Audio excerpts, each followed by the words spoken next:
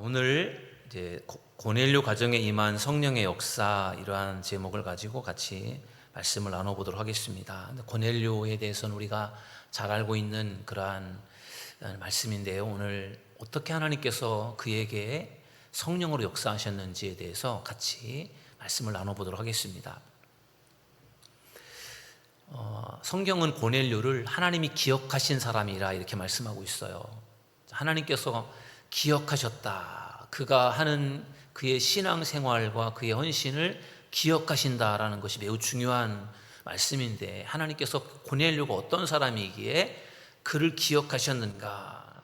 성경 말씀 이제 사도행전 10장 1절부터 이제 오늘 읽은 말씀 끝절까지 10장 전체가 고넬료에 대한 말씀인데, 10장 1절에 보면은 고넬료를 이렇게 소개합니다. 가이사랴에 고넬료라 하는 사람이 있으니 이달리아 부대라 하는 군대의 백부장이라. 아멘. 이달리아, 그러니까 로마 군대의 백부장이에요. 백부장이라고 하면은 100명의 부하를 거느리는 일종의 중대장급 정도 되는 그런 군대 장교입니다. 고넬료라고 하는 사람은 로마의 군대 장교 중에 중대장급이라는 거예요. 그런데 이 사람이 아주 신앙이 좋습니다. 제가 군 생활을 5년을 했는데 저도 중대장을 무려 4년이나 했습니다. 저는 보통 중대장 정도 하려면 중위 고참 때나 대위 때 하는데, 저는 소위 때부터 중대장을 했어요. 그래서 중대장을 4년을 했는데, 중대장을 해보니까 참 이렇게 힘든데, 무엇보다도 저에게는 회식이라는 게 참 힘들었어요. 회식이 참 많은데 그 회식에 참여할 때마다 또 술을 마시잖아요. 근데 저는 술을 안 먹는 사람인데, 그렇다고 해서 제가 술을 안 먹는다고 회식에 안 가기도 그렇고, 회식이라는 것이 보통 진급자 축하한다라든지 뭐 전속을 갖다라든지 전입을 왔다라든지 뭐 그런 것들 때문에 이제 축하하는 모임인데, 그냥 거기 모여서 밥도 먹고 술도 마시고 이렇게 하면서 이제 그런 시간을 보내는데, 그 자리에 제가 참 불편한 자리였는데, 그런데 제가 또 중대장이다 보니까 안 갈 수도 없고, 그래서 그런 이제 참 이게 술자리에 가서 앉아 있고 이런 것들이 참 불편했는데, 제가 중대장을 하면서 군 생활을 하면서 이렇게 같이 군복무하는 우리 부대원들하고 이렇게 지켜보니까요, 참 군인으로서 신앙생활을 잘하기가 참 힘들다라는 생각이 들었어요. 특히 이제 장교들 같은 경우도 참 이 자기의 신앙을 잘 지키는 것이 참 어려워요. 수요일 날 회식이 있으면 수요일 예배를 갈 수 없고 회식을 가야 되잖아요. 그러니까 그런 모든 면에서 참 군생활하면서 내 신앙을 잘 지켜내는 것이 참 힘들다. 그것을 제가 군 복무를 하면서 제가 경험을 했어요. 그래서 이제 어떻게 보면 직장 생활하는 분들이나 이런 분들의 제가 고충을 어느 정도는 알겠는데, 아무튼 군인으로서, 특히 장교로서 군 복무를 하면서 또 군 생활하면서 신앙을 잘 지켜낸다라는 거 참 어려운 일인데, 그런 점에서 이 고넬료라고 하는 사람의 신앙이 참 특별한 것 같습니다. 이 고넬료는 로마 군대의 장교, 중대장인데, 성경은 고넬료에 대해서 또 이렇게 소개를 합니다. 10장 2절에 보면요, 그가 경건하여 온 집안과 더불어 하나님을 경외하며 백성을 많이 구제하고 하나님께 항상 기도하더니. 아멘. 경건하다라고 고넬료를 소개합니다. 그런데 그가 자기만 경건한 게 아니에요. 자기 가족들과 함께 온 집안과 더불어 하나님을 경외하며. 여러분, 내 신앙 하나 지키는 것도 참 어려운데 가족들과 함께 하나님을 경외한다, 이거 참 어려운 일이지 않습니까? 가족들을 신앙생활할 수 있도록 인도하는 것, 어느 그 무엇보다도 힘든 일이라고 해요. 가족들이니까 쉬울 것 같지만 사실은 더 어렵습니다. 그런데 고넬료가 자기 혼자서 경건 생활을 하는 것이 아니라 가족들과 함께 하나님을 경외한다라고 할 때 그의 신앙이 얼마나 대단한지를 엿볼 수 있는 부분이에요. 그러면서 고넬료는 또 뭐라고 말씀하고 있는가 하면은 백성을 많이 구제하고 하나님께 항상 기도하더니. 고넬료의 아주 중요한 특징입니다. 구제하는 일과 기도하는 일에 힘썼던 사람이에요. 그래서 그가 얼마나 많이 구제를 했는지, 얼마나 그가 기도를 많이 했는지 하나님께서 그것을 기억하셨다라고 성경은 말씀하고 있습니다. 군대 장교, 직업 군인이 군 생활을 하면서 구제를 한다. 군인이 뭐 월급을 얼마나 받겠습니까? 그러니까 군 생활을 하면서 어려운 사람들을 구제하는 것도 참 힘든 일이에요. 또 군 생활하면서 기도를 열심히 하는 것도 역시 힘든 일이에요. 제가 군 생활하면서 신앙이 좋은 대대장님도 제가 모시고 있어 봤지만 정말 군대에서 신앙 좋은 정말 그러한 그 사람을 만나는 게 쉽지가 않아요. 군인들의 기준으로 볼 때 신앙이 좋다고 볼 수 있겠지만 정말 제가 볼 때는 정말 신앙이 좋은 사람을 찾아보기가 쉽지가 않아요. 그만큼 어려운데 이 고넬료는 군 생활하면서 구제하는 일과 기도하는 일에 힘썼던 사람이라고 성경은 말씀하고 있고, 그것이 얼마나 하나님을 기쁘시게 하고 감동을 시켜드렸는가 하면은 사도행전 10장 4절에 보면은 고넬료에 대해서 하나님께서 이렇게 말씀하십니다. 고넬료가 주목하여 보고 두려워 이르되 주여 무슨 일이니이까? 천사가 이르되 내 기도와 구제가 하나님 앞에 상달되어 기억하신 바가 되었으니. 아멘. 하나님이 너의 기도와 너의 구제를 하나님이 기억하셨다 라고 천사가 고넬료에게 말씀을 해준 거예요. 여러분, 얼마나 이게 참 영광스럽고 얼마나 기쁜 일이에요. 하나님이 너의 구제를 하나님이 기억하신다. 너가 왼손이 하는 것을 오른손이 모르게 그렇게 구제하는 것들을 하나님께서 기억하고 계시다.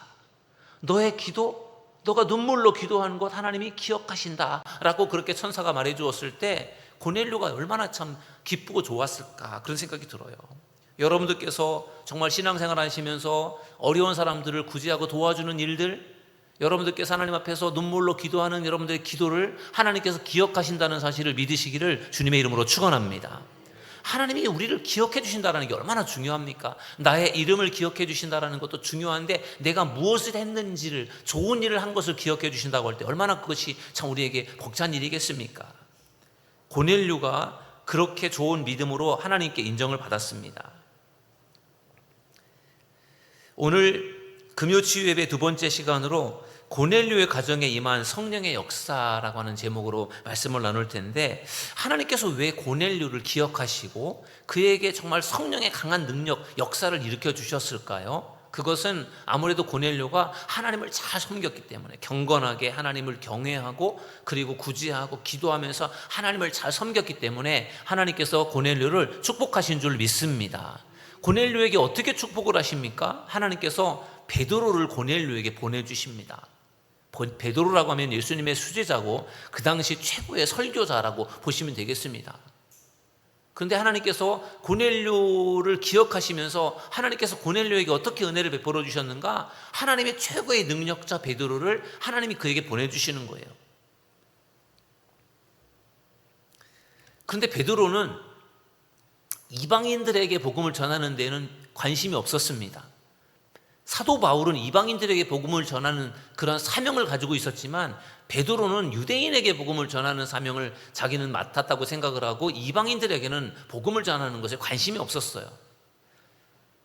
베드로의 마음속에도 그도 역시 유대인이었기 때문에 하나님이 유대인을 선택하셨고 유대인들을 위해서 우리에게 축복하셨다라고 생각을 하지, 이방 사람, 유대인이 아닌 다른 나라 사람들, 외국 사람들에게는 복음을 전하는 일도 하지 않았고 그들에게는 하나님이 그들을 택하지 않았다라고 생각을 하기 때문에 이방 사람들에게 복음을 전하는 것에는 관심이 없었던 사람이에요, 베드로도. 그런데 하나님께서, 고넬료가 이방 사람이거든요, 로마 사람이니까. 근데 그가 하나님 앞에 기도하고 구제하면서 하나님을 잘 경외하니까 하나님께서 그에게 베드로를 보내주시는데 베드로를 하나님께서 설득을 하십니다. 베드로를 하나님께서 가라고 하면 베드로가 가지 않아요. 왜냐하면 그 사람이 이방 사람이기 때문에, 하나님 제가 왜 이방 사람에게 가서 복음을 전해야 됩니까? 저 안 가겠습니다. 이렇게 베드로가 분명히 그렇게 말할 사람이란 말이에요. 그래서 하나님께서 베드로를 설득해서 고넬료를 만나게 하시는데, 하나님께서 기가 막히게 고넬료에게도 환상을 통해서 베드로를 만날 수 있도록 하나님께서 말씀해 주시고, 또 베드로에게도 고넬료를 만날 수 있도록 환상을 보여주시는데, 베드로에게 하나님께서 보여주신 환상이 아주 특이한 환상이었어요. 어느 날 하나님께서 베드로에게 기도 중에 환상을 보여주셨어요. 사도행전 10장 11절에서 12절의 말씀을 보면요, 하늘이 열리며 한 그릇이 내려오는 것을 보니 큰 보자기 같고 뇌에 길을 메어 땅에 들이얹더라. 그 안에는 땅에 있는 각종 네 발 가진 짐승과 기는 것과 공중에 나는 것들이 있더라. 아멘. 베드로가 기도하는 중에 환상을 보았어요. 꿈도 아니고 생시도 아니고 비몽사몽간에 환상을 보았는데, 그것이 뭐냐 하면은 하늘에서 큰 보자기가 내려오는데 그 보자기 속에 여러 가지 부정한 그러한 짐승들이 거기에 가득 담겨 있었어요. 네 발 가진 짐승, 기는 것, 공중에 나는 것들 중에 베드로가 볼 때는 이 레위기에 나와 있는 음식 규정에서 먹어서는 안 되는 것들, 그런 것들이 거기 가득 들어있는 거예요. 그런데 하나님께서 베드로에게 말씀하시기를 베드로야 일어나서 저것들을 잡아먹으라, 이렇게 환상 중에 그렇게 말씀이 들려왔어요. 근데 베드로가 그걸 봤더니 이건 먹을 수 있는 것들이 아니란 말이에요. 그래서 베드로가 뭐라고 대답을 했는가 하면, 속되고 깨끗하지 않은 것은 결코 먹지 않겠습니다. 저는 더러운 것 안 먹습니다. 저것은 부정한 것들이고 율법으로 볼 때는 먹어서는 안 되는 것들입니다. 저걸 먹으면 제가 부정해지지 않습니까? 저 안 먹습니다. 그랬더니 하나님께서 뭐라고 말씀하시느냐? 하나님께서 깨끗하게 하신 것을 내가 속되다고 하지 말라. 하나님이 깨끗하게 했는데 내가 왜 속되다고 하느냐? 이 환상은 이방인들에게 어떤 이방인들을 대하는 베드로에 대한 잘못된 생각을 바꿔주기 위한 하나님의 환상이었어요. 이 환상을 하나님이 보여주신 이유는 내가 깨끗하게 했는데 내가 왜 속되다고 하느냐? 너는 이방 사람들을 속되다고 생각을 하고 부정하다고 생각하고 이방 사람들은 자격이 없다고 생각을 할지 모르겠지만 내가 볼 때는 그들도 깨끗한 사람들이다. 그러니까 너의 잘못된 편견을 버려라. 하나님께서 고넬료를 만나도록 하기 위해서 이 환상을 보여주신 거예요. 베드로는 이 보자기 환상을요 3번을 보게 됩니다. 그리고 나서 잠시 후에 고넬료가 보낸 이 고넬료의 집에서 보낸 하인들이 이제 베드로를 찾아옵니다. 고넬료가 환상 중에 기도 중에 하나님께서 환상을 보여주셨는데 요빠라고 하는 곳에 있는 그 곳에 베드로를 초청해 와라, 이런 환상을 하나님께서 이 고넬료에게 보여주셨거든요. 그래서 고넬료도 그 환상대로 믿고 이제 베드로를 초청해 와라, 이렇게 사람을 보낸 거예요. 그리고 그들이 이제 베드로의 집에 도착을 했습니다. 요빠에 있는 베드로 집에 이제 도착을 해서 베드로를 이제 초청을 하는 겁니다. 그런데 그들이 하는 이야기가 우리 이제 백부장, 우리 고넬료라고 하는 백부장께서 지금 베드로 선생님을 모셔오라고 했습니다. 그랬더니 베드로가 가만히 듣고 보니 그 사람은 로마의 장교이고 이방 사람인데 내가 왜 그 사람을 찾아가야 되는가? 그것이 이제 허락이 되지 않는 그러한 상태였는데, 그런데 하나님께서 자기에게 보여주신 환상도 생각이 나고, 그 다음에 그들이 하는 이야기가 고넬료가 환상 중에 하나님께서 베드로 선생님을 초청하라고 그렇게 하나님께서 환상 중에 말씀을 해주셔서 저희를 여기에 보낸 것입니다. 그 말씀도 그렇고 자기가 본 환상도 그렇고 이것이 일치가 되는 거예요. 아, 이것이 고넬료가 나를 초청을 했을 때 내가 이방 사람이기 때문에 내가 부정해서 안 간다고 할 텐데 하나님께서 가라고 하신 것이구나. 그런 이제 깨달음이 와서, 그래서 베드로가 이제 그들과 함께 이제 고넬료의 집을 찾아가는 것입니다. 그래서 결국은 이제 베드로와 고넬료와의 만남이 이루어지게 되는데, 고넬료라고 하는 사람이 참 믿음이 참 대단한 사람인 것을 알 수 있는 부분이, 베드로를 초청했을 때 베드로가 온다라는 보장이 없어요. 베드로는 유대인들을 위한 어떤 그 전도자이기 때문에 이방인이 초청을 했을 때 거기를 올까? 가능성이 별로 없단 말이에요. 그런데 고넬료는 분명히 올 거라는 믿음을 가지고 있어요. 그래서 자기의 식구들을 다 모으고, 그 다음에 친척들도 모으고 친구들도 다 불러 모아놓고 이제 베드로가 오기를 기다리고 있는 거예요.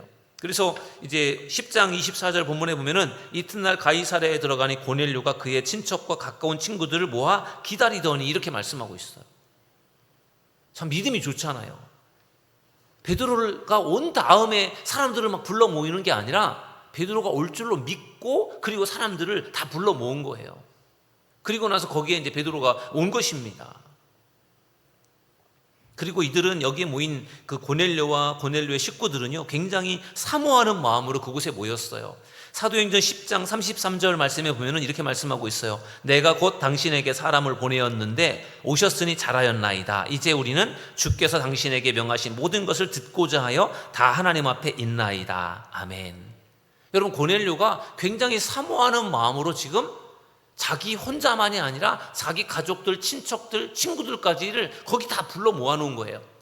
왜냐하면 베드로의 말씀을 들으려고. 당대 최고의 설교자인 베드로, 예수님의 수제자인 베드로가 전하는 말씀을 너무 듣고 싶은 거예요. 고넬료가 가족들과 함께 하나님을 섬기지만 베드로라고 하는 그러한 훌륭한 분의 설교를 들어본 적이 없단 말이에요. 자기들이 이방 사람이기 때문에 예수님의 제자들도 자기들에게 복음을 전해주지 않아요. 그러니까 이 사람들도 어떻게 해서 하나님을 믿기는 하는데 잘 모르는 거예요. 그런데 여기에 베드로가 와서 말씀을 전해준다고 하니까 얼마나 이게 관심이 많겠어요. 근데 이 고넬료라고 하는 사람이 참 훌륭하고 대단한 것이 자기의 가족들도 모아놓고 자기의 친척들도 모아놓고 자기 친구들도 모아놨어요. 이건 고넬료가 사람들에게 좀 인정받은 사람이라는 게 느껴지지 않습니까? 거기 오라고 베드로 선생님이 오셔서 말씀을 전하시니까 오셔서 말씀을 들으십시오라고 사람들을 초청을 할 때 그게 거기에 오는 게 쉬운 일이 아니잖아요.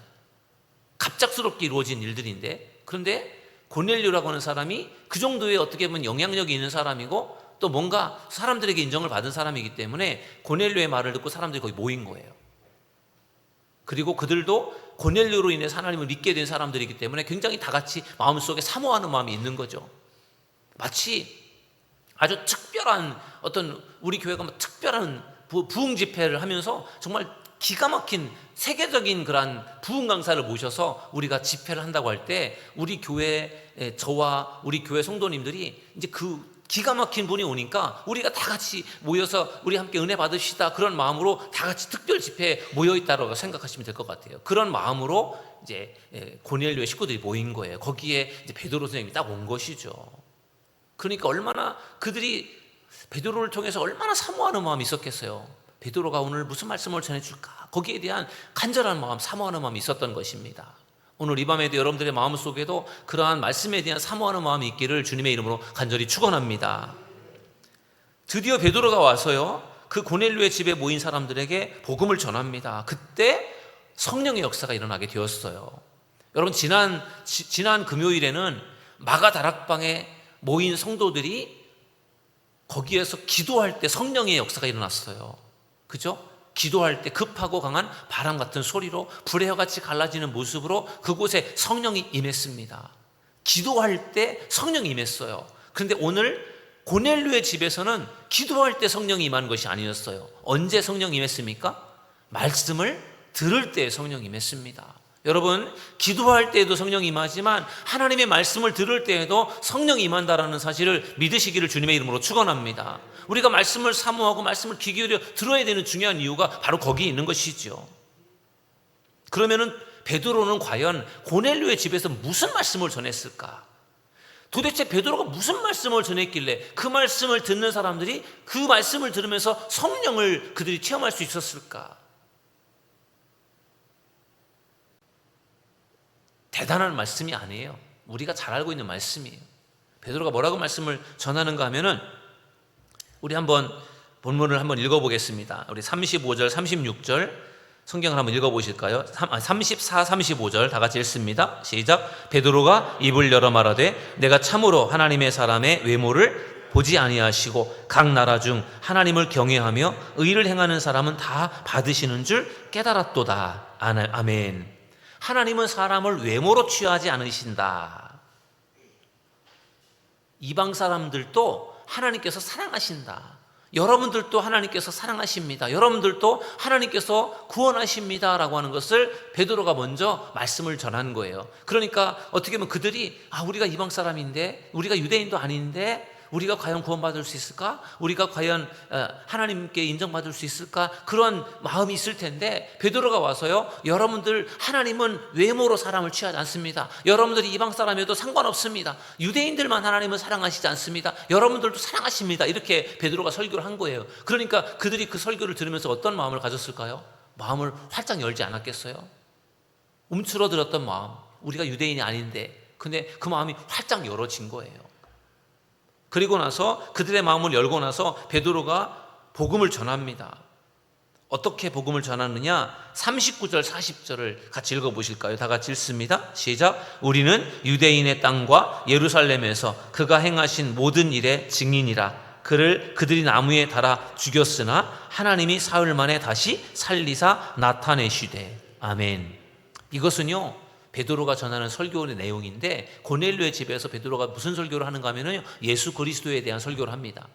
예수님의 십자가에 대한 설교를 하고 예수님의 부활에 대한 설교를 해요. 여러분, 십자가와 부활은 복음의 핵심이거든요. 예수님께서 이 땅에 오셔서 왜 십자가에서 죽으셨습니까? 우리들의 죄를 대속하시려고, 우리들의 죄를 사하기 위해서 예수님께서 대신 십자가의 제물이 되신 것이잖아요. 희생 제물, 대속 제물이 되셨어요. 그래서 우리의 죄를 깨끗하게 용서하신 줄 믿습니다.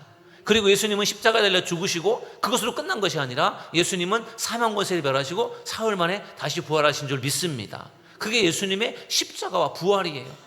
어느 누가 지금까지 이 땅에 존재했던 사람들 중에 어느 누가 죽었다가 다시 살아나는 사람이 누가 있겠습니까?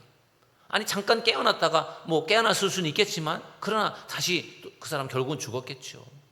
죽었다가 다시 부활해서 하늘로 승천하는 사람은 예수님밖에 없습니다. 그분은 하나님의 아들이시죠. 그 예수 그리스도를 지금 베드로가 전하는 거예요. 고넬료는 예수님에 대해서 잘 몰라요. 하나님을 믿는 사람, 하나님은 알지만 하나님의 아들 예수 그리스도를 잘 모르는데, 베드로가 와서 예수 그리스도를 전해주는 거예요. 하나님의 아들이십니다. 그가 하나님의 아들로 이 땅에 오셔서 인간의 죄를 위해서 이 땅에서 죽음을 당하시고 인간의 구원을 위해서 다시 부활하셨습니다.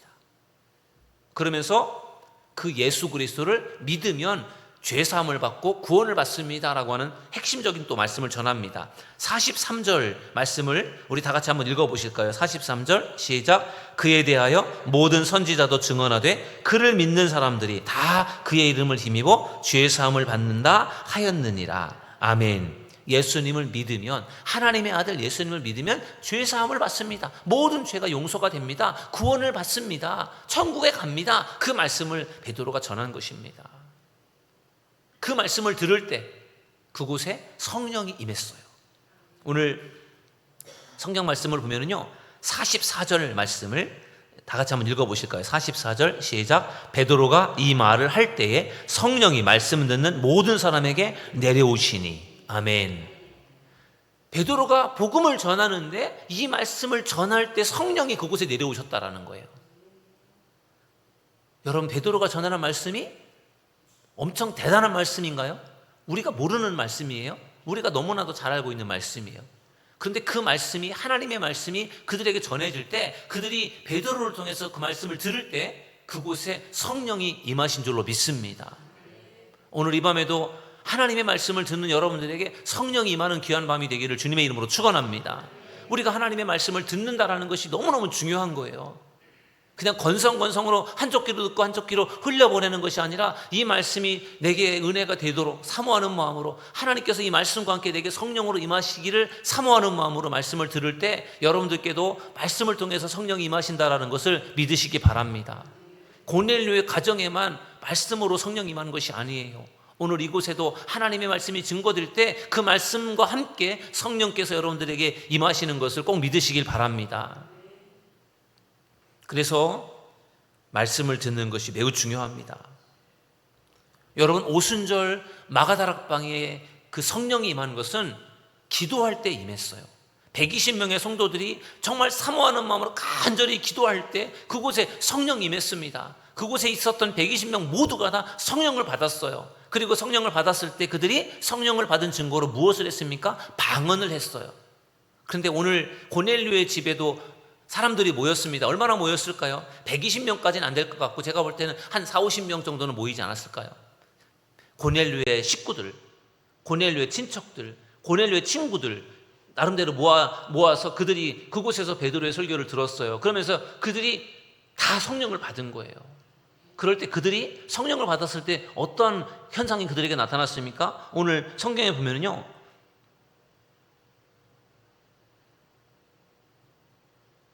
46절에 보면은 이는 방언을 말하며 하나님 높임을 들으니로라. 아멘. 여러분, 그들도 고넬료의 그 가족들과 고넬료와 가족들, 친척들, 친구들도요, 베드로의 설교를 들을 때 그들이 성령을 받았고, 그들이 성령을 받았을 때 그들이 다 방언을 했어요. 똑같아요. 마가다락방에서 기도하다 성령을 받은 사람들이 방언을 한 것이나, 고넬료의 가정에서 모여서 베드로의 설교를 듣던 사람들이 성령을 받았을 때 방언을 한 것이나 똑같은 거예요. 기도할 때에도 성령을 받았고 말씀을 들을 때에도 성령을 받았고 성령을 받았던 그들은 방언을 말하게 된 것입니다. 여러분, 그러므로 성령의 역사는 하나님의 말씀을 통해서 기도를 통해서 여러분들에게 임한다라는 것을 믿으시기 바랍니다. 2000년 전 초대교회에만 말씀을 통해서 기도를 통해서 성령이 역사했습니까? 아닙니다.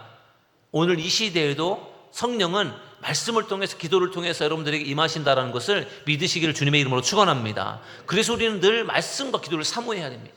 우리가 왜 자꾸 말씀을 읽으라고 하고 왜 말씀을 잘 들으라고 하고 왜 기도하라고 하느냐?